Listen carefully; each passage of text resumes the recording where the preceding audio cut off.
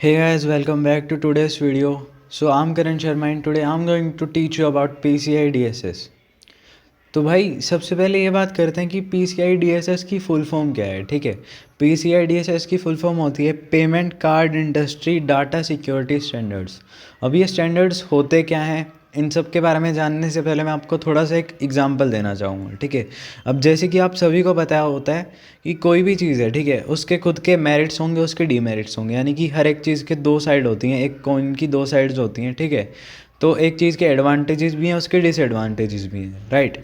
अभी सेम चीज़ हैपन होती है पेमेंट कार्ड्स के साथ। ठीक है, अब पेमेंट कार्ड्स में हम मेनली किसकी बात करेंगे, क्रेडिट कार्ड्स के बारे में हम यहाँ पर बात करने वाले हैं। ठीक है, अब होता क्या है, जैसे कि कुछ बंदे क्या करते हैं भाई, कार्डिंग करते हैं। ठीक है, आप सभी ने कार्डिंग के बारे में सुना होगा। So basically why does carding happen, carding हो क्यों रही है, क्यों कार्डिंग जैसा एक जो इविल साइबर अटैक है वो परफॉर्म किया जाता है। ठीक है, इंडिया में, पाकिस्तान में और बहुत सारी कंट्रीज़ में। इसका मेन रीज़न क्या है, क्योंकि जो यूज़र्स हैं, ठीक है, उनका जो क्रेडिट कार्ड का डाटा है वो लीक हो रहा है, राइट।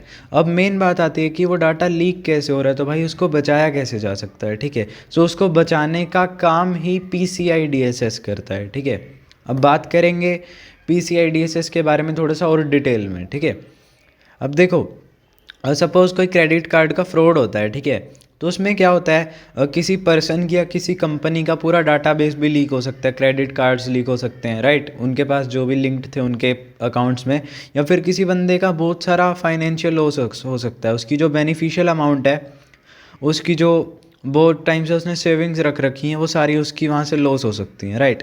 तो उसके लिए क्या करा गया, जो बड़ी बड़ी कंपनीज थी सच एज वीज़ा, AMX। अब AMX का मतलब क्या है, अमेरिकन एक्सप्रेस। ठीक है, कार्ड प्रोवाइड करती है, वो भी कार्ड प्रोवाइडर है एक, JCB और मास्टर कार्ड। ऐसी ऐसी बड़ी कंपनीज ने क्या करा, वो टेंस हो गए और उन्होंने क्या करा, एक मीटिंग गैदर करी। ठीक है, जिसकी वजह से उन्होंने क्या करा, एक इनिशिएटिव स्टार्ट करा कि भाई हम ऐसा करेंगे, काउंसिल स्टार्ट करेंगे। ठीक है, किस चीज़ की काउंसिल, जो कि सिक्योरिटी स्टैंडर्ड्स इन्फोर्स करेगी, जो कि जितने भी क्रेडिट कार्ड की कंपनीज़ हैं, ठीक है, इन सब के अलावा उन सभी पे अप्लाई होगा। ठीक है, तो उन्होंने क्या करा, they created a payment card industry security standard council. उन्होंने क्या करा, PCI SSC बना दिया। ठीक है, अब PCI SSC ने क्या करा, PCI SSC ने PCI DSS दिए। अब कुछ समझ नहीं आ रहा, मैं समझाता हूँ। देखो, जो ये बड़ी बड़ी कंपनीज थी, उनको डर लगा कि हमारा डाटा का, हमारे यूज़र्स के क्रेडिट कार्ड्स का लॉस ना हो, हमारा डाटा कहीं पे लीक ना हो, तो उन्होंने क्या करा, एक सिक्योरिटी काउंसिल बना दी जिसको हमने बोला PCI SSC। अब इसकी फुल फॉर्म क्या है, इसकी फुल फॉर्म है payment card industry standard security standard council. Okay, अब जिसके आगे क्या बना, PCI DSS, यानी कि PCI DSS किसने बनाया, PCI SSC ने। ठीक है, अब जो PCI DSS बना था उसका काम क्या था, PCI DSS का काम था कुछ सिक्योरिटी स्टैंडर्ड्स को, कुछ लॉस को, ठीक है, कुछ नियम को वहाँ पे लगाना, ताकि ये कंपनीज ये गलती ना करें जिसकी वजह से हर एक यूज़र का डाटा सेफ रहे। ठीक है, उसके क्रेडिट कार्ड्स लीक ना हो, उसका मनी कहीं पे ख़राब ना जाए। ठीक है, जिसकी वजह से क्या हुआ, जब PCI DSS अप्लाई हुआ, तो जो भी कंपनीज थी जो कि क्रेडिट कार्ड्स के डाटा को स्टोर करती थी या उनको सिक्योरिटी प्रोवाइड करती थी, उन सभी के ऊपर ये कि इंटरनेशनल लॉ अप्लाई हुआ। ठीक है, अब उस लॉ ने क्या कहा कि कुछ लेवल्स दिए जाएंगे सभी ऑर्गेनाइजेशंस को, कंपनी को, सेफ्टी के। ठीक है, अब उनमें से जो सबसे फर्स्ट लेवल पे कंपनीज लाई करेंगी उनका क्या काम होगा। ठीक है, अब सबसे ज़्यादा सिक्योरिटी किसको चाहिए, जिस कंपनी का बहुत ज़्यादा टर्नओवर है, राइट, जिसके पास बहुत ज़्यादा बड़ी पेमेंट्स होती हैं, जो एक बहुत बड़ी कंपनी है, हाई वॉल्यूम कंपनी है।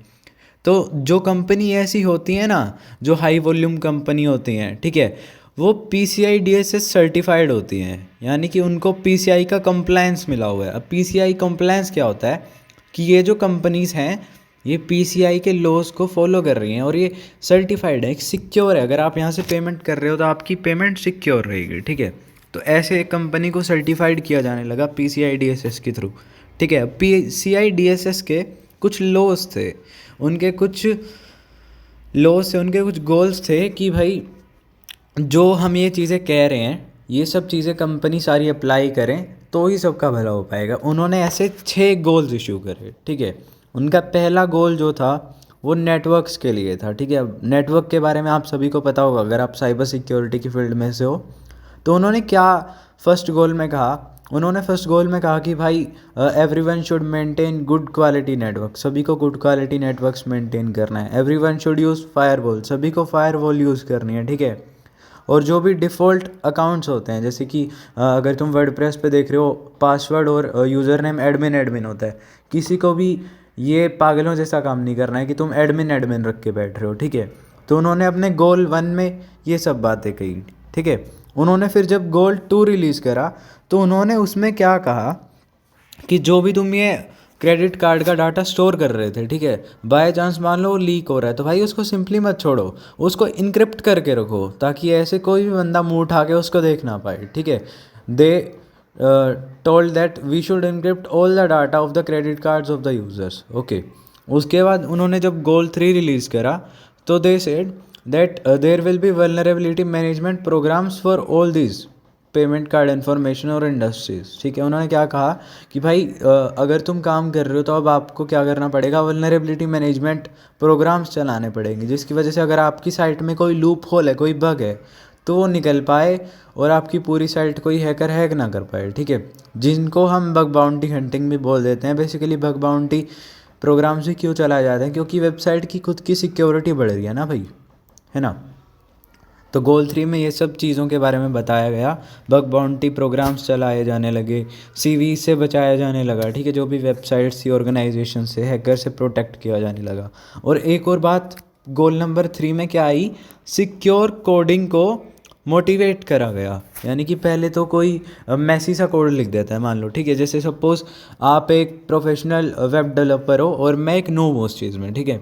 तो क्या होगा, आप एक वेबसाइट बना के दे रहे हो, आप एक प्रोफेशनली एक वेल ऑर्गेनाइज्ड कोड दे रहे हो और एक मैंने मैसी सा कोड बनाया, दोनों दिखने में सेम है अगर हम उनको ग्राफिकली देखें।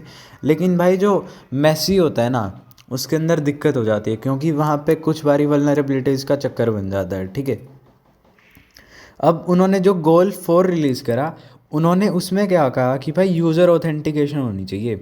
जैसे कि अगर किसी बंदे का क्रेडिट कार्ड है, ठीक है, सपोज़ करण का क्रेडिट कार्ड है भाई, तो उसका ना वहाँ पे इंक्रिप्शन होना चाहिए, उसका सबसे अलग, उसका एक पासवर्ड होना चाहिए, ठीक है।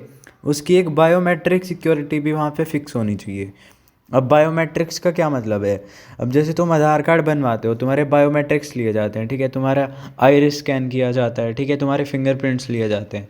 तो ऐसे ही जो PCI DSS था, उसने एक मेजर निकाला कि भाई ये सब चीज़ें यूज़र ऑथेंटिकेशन में करनी चाहिए तुम लोगों को, गोल 4 में, ठीक है।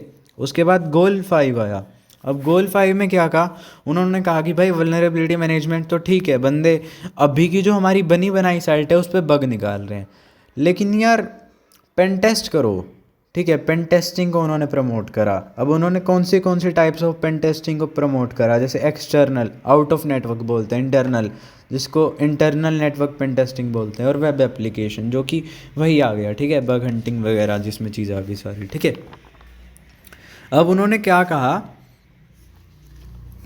गोल 5 में ही कि ये जो सारी चीज़ें हैं ना, ये नहीं है कि भाई तुम 10 साल में अपने सिक्योरिटी प्रोग्राम्स चला रहे हो, तुम बंदों को कह रहे हो कि भाई आज तुमने बग निकाल दिया, अब अगला बग तुम्हें 10 साल बाद निकालना है, ठीक है। तो उन्होंने क्या कहा कि एक फ़िक्स टाइम पीरियड सेट कर लो कि तुम हर 6 महीने के अंदर, कम से कम हर 6 महीने के अंदर तुम यूज़र की सिक्योरिटी के लिए वहाँ पे काम करा रहे हो, ठीक है। अब उन्होंने क्या करा, 6th गोल में क्या कहा कि जो सिक्योरिटी है ना अपनी, उसके लिए कुछ सिक्योरिटी पॉलिसीज़ भी बनानी पड़ेंगी। ये नहीं है कि कोई भी इंसान आया और वो हमारी कंपनी के अंदर आ रहा है, ठीक है, हमें सिक्योरिटी पॉलिसी बनानी पड़ेगी। भाई अगर तुम एक सर्टिफाइड बंदे हो, ठीक है, कंपनी के बंदे हो, तो ही तुम डाटा के अंदर जा सकते हो, फिज़िकल चीज़ों की मैं बात कर रहा हूँ, ठीक है। उसके बाद अब कुछ कंपनीज़ क्या करती हैं, कोई वो खुद को PCI DSS सर्टिफाइड कराना चाहती हैं ताकि वो ज़्यादा ट्रस्टवर्दी बने, ठीक है।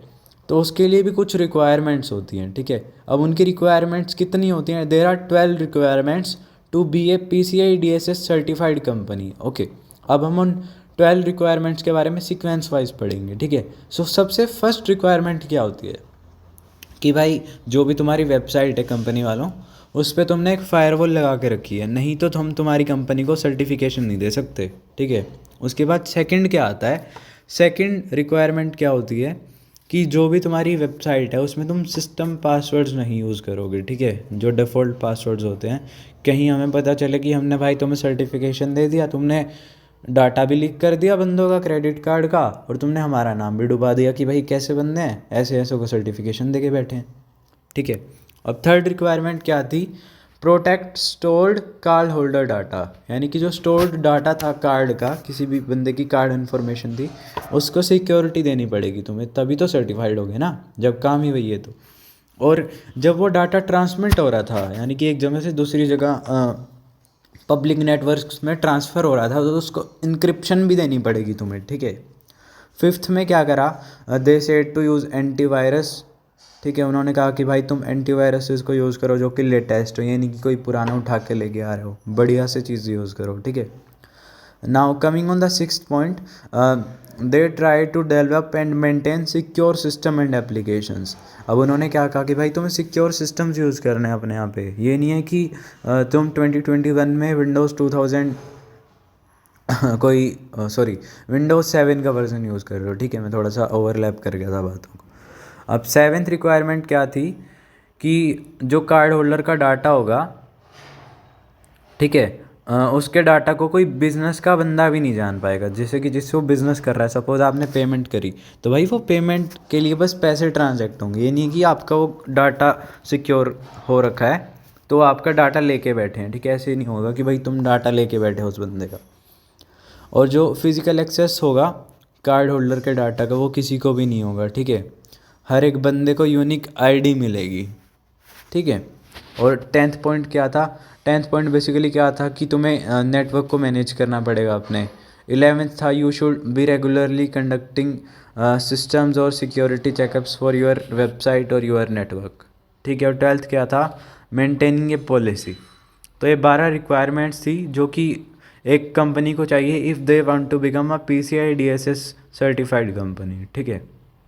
तो आज की वीडियो में इतना ही। आई होप आप सबको वीडियो पसंद आई होगी। Thank you.